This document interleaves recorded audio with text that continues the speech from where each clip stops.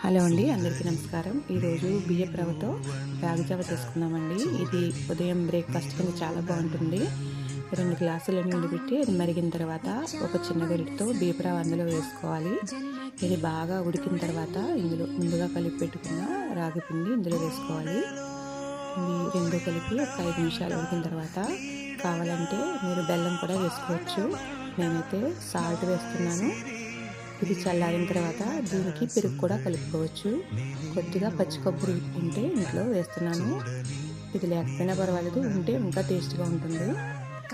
పచ్చి కొబ్బరి వేయడం వల్ల ఆరోగ్యానికి కూడా చాలా మంచిది. ఇది ఉదయమే పిల్లలకి టిఫిన్ కింద పెట్టండి, చాలా బాగుంటుంది, ఇష్టంగా కూడా తింటారు. కావస్తే మీరు ఇందులో బెల్లం కూడా వేసుకోవచ్చు. అప్పుడు పెరుగు అవాయిడ్ చేయండి, పెరుగు వేయకూడదు, బెల్లం వేస్తే. ఒకసారి నచ్చితే మీరు కూడా ట్రై చేయండి.